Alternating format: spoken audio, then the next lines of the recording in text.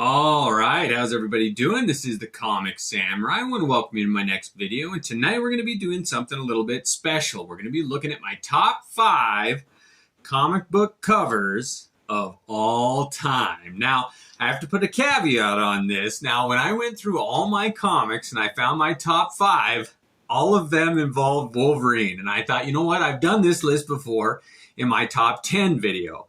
So this is a very special one. This is my top 5 comic book covers that do not star Wolverine. So let's go ahead and jump right in. First up, we got this Justice League of America number 74, and it features a beautiful cover by Neil Adams, and it's just an honorable mention. So I wanted to get you a flavor of what I'm going for. In this one, where the two Supermen from Earth 1 and Earth 2 are battling it right there by Neil Adams, it doesn't get much better than that. But here we go at number 5. We got New Mutants number 87, and this is an all-time classic, iconic cover, and for me, it just sums up every sought-after comic that I ever had when I was a young man. Growing up, there was no other comic book that was hotter, that had huge valleys and mountaintops and peaks in its value than this New Mutants comic book. A team-up of Rob Liefeld and Todd McFarlane on the cover. I mean, it had everything. The introduction of a new character, those two superstar artists. And Wizard Magazine was this huge thing, and they tracked this comic book. Almost everything was based on this one, and it's one of my favorites. Next up, we got Silver Surfer number 50, and it's very rare that I like a gimmick cover. But when I do, I really like it. And this is my all-time favorite, right now anyway, gimmick cover in Silver Surfer number 50. It's a Ron Lim cover, who's my favorite Silver Surfer artist. But it's got a foil stamp, not die cut, but foil embossed cover. And I just really like the colors and the way they use that chrome foil. I mean, there's no other character that is more apropos to get a treatment like this than the Silver Surfer. And they nailed it on this one. I really do dig it.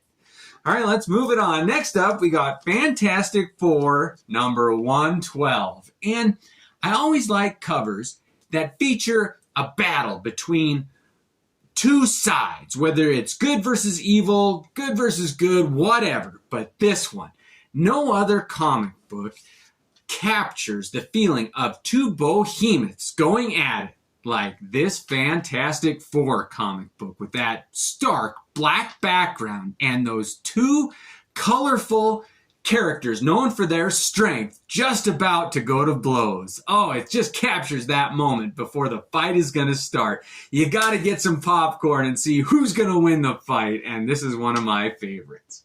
All right, let's move it on. We're getting down there. Next up, we got an independent comic, and it's The Crow by Caliber number 1, done by James O'Barr. And when this came out, I'd never seen a comic book done quite like it, with that stark black background and just this character's face front and center with a gun barrel, and one eye is slightly different than the other, and there's a scar and his makeup, and you just don't know what's going on. No other comic book invited me to open it up, read it, and enjoy a comic like this one, The Crow number 1. It's a classic. All right, next up, we got an honorable mention before we get to my number 1, and it's Long Shot Limited Series number 4, done by the great Art Adams.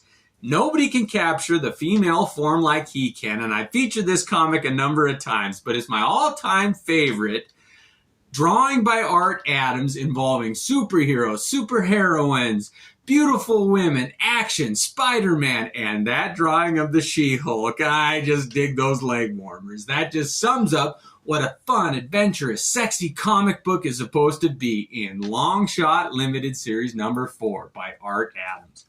All right, number 1 on my list, my all-time favorite comic book cover is Defenders number 10, done by John Romita. And this comic book sums up what an adventurous, battle, action-packed comic book should be, with those two characters Thor with his hammer versus the Incredible Hulk, and they're just about to lay it down, and you know that this is going to be a battle of epic proportions. You have to buy this comic book.